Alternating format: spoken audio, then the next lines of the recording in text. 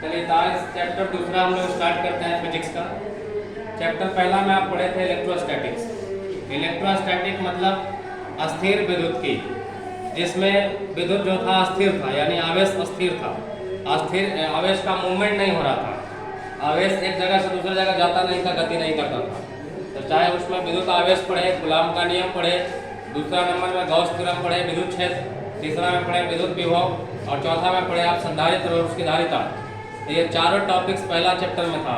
उसमें चारों में आवेश अस्थिर था, आवेश का मूवमेंट नहीं हो रहा था। लेकिन अब जो दूसरा चैप्टर स्टार्ट हुआ उसका नाम ही है करंट इलेक्ट्रिसिटी। उसका जस्ट उल्टा, उसका नाम था इलेक्ट्रोस्टैटिक, यानी इलेक्ट्रिक जो था अस्थिर था, स्टैटिक रूप में था। इसका नाम है करंट इलेक्ट्रिसिटी, यानी इलेक्ट्रिसिटी जो है करंट के रूप में है, धारा के रूप में है। धारा मतलब बहेगा वो, यानी कि यहाँ पे जो आवेश है वो गति करेगा। तो ये पूरे चैप्टर में, विद्युत धारा के पूरे चैप्टर में जो आवेश रहेगा वो गति के रूप में रहेगा, और उसी के बारे में हमको पढ़ना है यहाँ पे। इसमें भी 5 टॉपिक पढ़ना है। जैसे पहला चैप्टर में 4 टॉपिक पढ़े, तो इसमें भी 5 टॉपिक्स हैं, यानी 5 छोटे छोटे चैप्टर कर दिए गए हैं।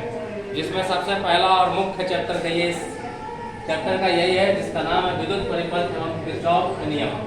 किरचॉफ का नियम बोलते हैं, हिंदी में लिखता है किरचॉफ, लेकिन इंग्लिश में किरचॉफ लिखा जाता है। सी साइलेंट रहता है इसलिए किरचॉफ पढ़ते हैं इसको, ठीक है। जैसे केमिस्ट्री को आप केमिस्ट्री ना पढ़ते हैं, सी साइलेंट रहता है, तो इसी तरह से यहाँ साइलेंट करते हैं तो किरचॉफ हो जाएगा। और ये एच साइलेंट हो जाता है दूसरा वाला। और इंग्लिश में नाम हो गया इलेक्ट्रिक करंट है किरचॉफ लॉ या किरचॉफ लॉ। चलिए इसमें तो सबसे पहले हमको ये जानना है कि विद्युत धारा होता क्या है।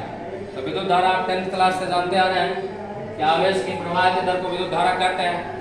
यानी कोई परिपथ में आवेश प्रति सेकंड जितना बह जा रहा है, 1 सेकंड में जितना कूलॉम आवेश बह जा रहा है, उसी आवेश की मात्रा को विद्युत धारा कहते हैं। दूसरे भाषा में बोल सकते हैं किसी विद्युत परिपथ में प्रति इकाई समय में बहने वाले आवेश की मात्रा विद्युत धारा कहलाती है।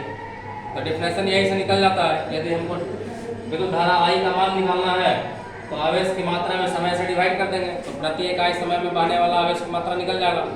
तो आई बराबर फार्मूला हो गया Q/T, ठीक है। चलिए इसके आगे अब बोले, चलिए तो देख लिया हम लोग कि विद्युत धारा आई का फार्मूला हो गया Q/T। Q आवेश है, T समय है। यहीं से हम लोग मात्रक निकालते हैं इसका, विद्युत धारा का मात्रक क्या होगा। तो विद्युत धारा का मात्रक बराबर आवेश का मात्रक हो गया कूलॉम, समय का सेकंड यानी कूलॉम प्रति सेकंड। विद्युत धारा का ऐसा मात्रक एम्पियर होता है, ठीक है, जिसको बड़ा ए से सूचित करते हैं। और ये एम्पियर कितने कूलॉम पर सेकंड के बराबर होता है, तो 1 कूलॉम पर सेकंड को ही 1 एम्पियर कहा जाता है। तो तीसरा नंबर में लिखा है 1 कूलॉम प्रति सेकंड इक्वल टू 1 एम्पियर। यानी किसी तार से यदि 1 सेकंड में 1 कूलॉम की आवेश बह जाती है तो कहा जाएगा कि 1 एम्पियर की धारा बही।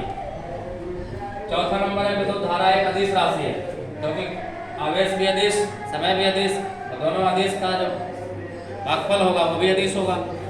और अंतिम में लिखे हैं कि चूंकि ये जब अदिश राशि है तो विद्युत धाराओं का जो योगफल करेंगे, यानी बहुत सारा विद्युत धाराएं एक जगह मिलती है, उनका योग पता करना है।